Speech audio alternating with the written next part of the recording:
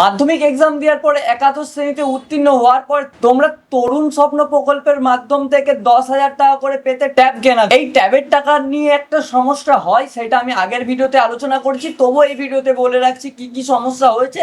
আনন্দবাজার পত্রিকাতে একটা কথা উঠে এসেছে, যেখানে বলা হয়েছে বিগত কয়েকদিন আগে একটা বৈঠক হয়, সেখান থেকে জানা যায় সরকার বলতে চায় যে এই টাকাটা অনেকে তাদের বিলাসিতার কারণে লাগায়, আবার অনেকে হয়তো ছাত্রছাত্রীরা 10,000 টাকার মোবাইলের বদলে 30-40 হাজার টাকার মোবাইল কিনে সেখানে কিছু টাকা অ্যাড করে। আনন্দবাজার পত্রিকার মাধ্যমে আমরা একটি খবর পাই, কিছুদিন আগে একটা বৈঠক হয় এবং সেই বৈঠক থেকে উঠে আসা কথা, ছাত্রছাত্রীদের তরুণের স্বপ্ন প্রকল্পে 10,000 টাকা করে দেওয়া হতো, ওটা কি এখন দেয়া হবে না ওটা শিক্ষা কাঠামোয় ব্যবহার করা হবে? আর যদি টাকাটা দেওয়া হয় কারা কারা পাবে, বা টাকাটা কি তোমাদের ব্যাংক অ্যাকাউন্টে দেওয়া হবে না সরকার সোজাসুজি তোমার দিকে ফোন বা ল্যাপটপ গিফট দিবে?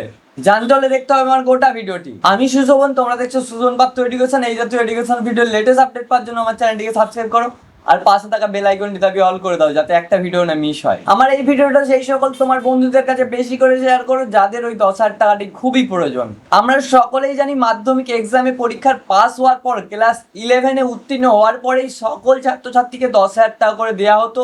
এবার কথা হচ্ছে এবছর কি দেয়া হচ্ছে। ফার্স্ট অফ অল তোমাদেরকে বলে রাখি, যেহেতু সরকার চেঞ্জ হয়েছে, তিনি আসার পরে বলেছেন যে সমস্ত প্রকল্পই চালু রাখবেন। বাট কিছুদিন আগে একটা বড় বৈঠক হয়, যেখানে আনন্দবাজার পত্রিকার মাধ্যমে আমরা জানতে পারি ওই বৈঠকে স্পেশালি বলা হয় অনেক ছাত্রছাত্রী শুধুমাত্র ওই 10,000 টাকাটাকে ভোগবিলাসিতার মাধ্যমে কাজে লাগায়, কিন্তু অনেক ছাত্রছাত্রী ওই 10,000 টাকাটা খুবই কাজে লাগে। কিছু কিছু ছাত্রছাত্রী ওই 10,000 টাকার সাথে আরো কিছু টাকা লাগিয়ে একটা ভালো স্মার্ট দামি ফোন কেনে। ওই বৈঠকে আরো কথা হয় যে সকল ছাত্রছাত্রীকে 10,000 টাকাটা যেহেতু দেওয়া হয়, সংখ্যক ছাত্রছাত্রী খুবই প্রয়োজনে, বা অনেকে আছে যারা খুব দামি দামি মোবাইল কিনে, সেখানে তার দিকে দেওয়া মানে শুধুমাত্র বিলাসিতা। ওই টাকার পরিবর্তে তারা যদি এই টাকা শুধু শিক্ষা পরিকাঠামো উন্নতির জন্য কাজে লাগায়, হয়তো আরো ভালো জায়গায় শিক্ষা পরিকাঠামোটাকে নিয়ে যাওয়া যেতে পারে। এবার কথা হচ্ছে ম্যাক্সিমাম ছাত্রছাত্রী কিন্তু এরকম অবস্থা রয়েছে যারা একটা স্মার্টফোন কিনতে পারে না। এখনের জেনারেশনে যেটা দরকার, একটা স্মার্টফোন অবশ্যই দরকার একটা ছাত্রছাত্রী, তারা টিউশনে যাক, স্কুলে যাক বা যেখানেই যাক, তাদের জন্য একটা স্মার্টফোন খুবই প্রয়োজনীয়। কারণ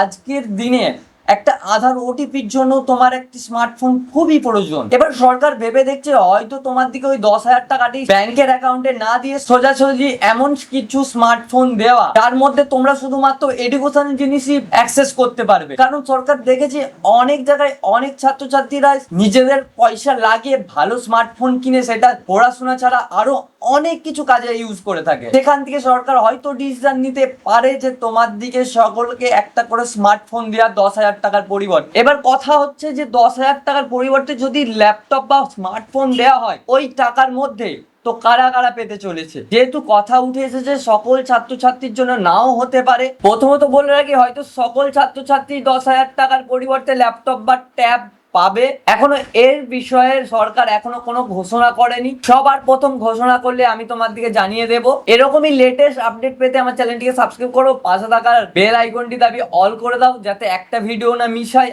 আর কমেন্টে জানাও তোমার দিকে টাকা দিলে ভালো হবে না তার পরিবর্তে স্মার্টফোন বা ল্যাপটপ দিলে ভালো হবে। আজকের ভিডিওটা এখানেই শেষ করছি, দেখা হচ্ছে নেক্সট ভিডিওতে। Tata bye.